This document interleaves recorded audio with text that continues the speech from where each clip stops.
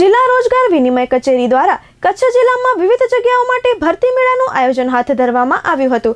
ખાસ કરીને રોજગાર સહાય માટે જેમણે નોંધણી કરાવી હોય તેમને લાયકાત અનુરૂપ ખાનગી ક્ષેત્રના નોકરીદાતાઓ દ્વારા જોબ ફેરનું આયોજન કરવામાં આવ્યું હતું। આઈટીઆઈ ભુજ ખાતે આજે સવારથી ભરતી મેળો યોજાયો હતો, જેમાં બેન્કિંગ, ડીમાર્ટ સહિતના ખાનગી ક્ષેત્રના નોકરીદાતાઓ જોડાયા હતા। જિલ્લા રોજગાર અધિકારીએ આ અંગે ચંચળ ન્યૂઝ સાથે વાત કરી હતી। આજે ઔદ્યોગિક તાલીમ સંસ્થા ભુજ અને ઔદ્યોગિક તાલીમ સંસ્થા ગાંધીધામ ખાતે પ્રધાનમંત્રી નેશનલ એપ્રેન્ટિસશીપ મેળાનું અને રોજગાર મેળાનું આયોજન જિલ્લા રોજગાર કચેરી ભુજ અને ઔદ્યોગિક તાલીમ સંસ્થાના સંયુક્ત ઉપક્રમે કરવામાં આવેલું છે। આ ભરતી મેળાની અંદર આવનાર ઉમેદવારો એપ્રેન્ટિસ તરીકે પણ જોઈન્ટ થઈ શકે છે અને અમુક કંપનીની અંદર પોતાના પેરોલ અને થર્ડ પાર્ટી રોલમાં પણ નોકરીની તકો છે।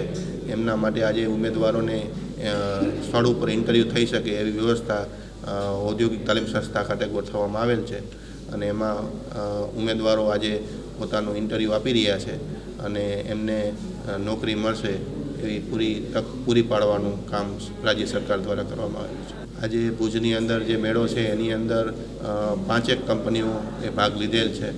એગ્રોસેલ છે, સોલારિસ છે, પછી આપણે એલઆઈસી છે, ડીમાર્ટ છે જેવી વગેરે કંપનીઓ આજે ભરતી મેળાની અંદર ભાગ લીધેલ છે અને પોતાની કંપનીમાં જે એપ્રેન્ટિસની અને બીજી જે ખાલી જગ્યાઓ છે એ ભરવા માટે અહીંયા ઉપસ્થિત છે। આગામી 17 તારીખે માંડવી ખાતે રોટરી ક્લબ હોલ સ્વામિનારાયણ મંદિરની બાજુમાં જિલ્લા કક્ષાનો ઔદ્યોગિક રોજગાર અને એપ્રેન્ટિસશીપ ભરતી મેળાનું આયોજન ઔદ્યોગિક તાલીમ સંસ્થા માંડવી અને જિલ્લા રોજગાર કચેરી ભુજના સંયુક્ત ઉપક્રમે અને રોટરીના સહયોગથી આ મેળાનું આયોજન કરવામાં આવેલ છે।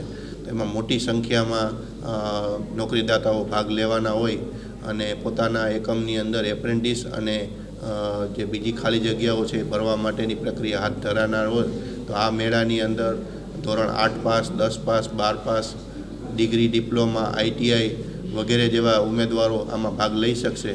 વય મર્યાદા 18 થી 35ની રહેશે અને પોતાનું ઇન્ટરવ્યૂ ત્યાં આપી શકશે એવી વ્યવસ્થા કરવામાં આવેલ છે।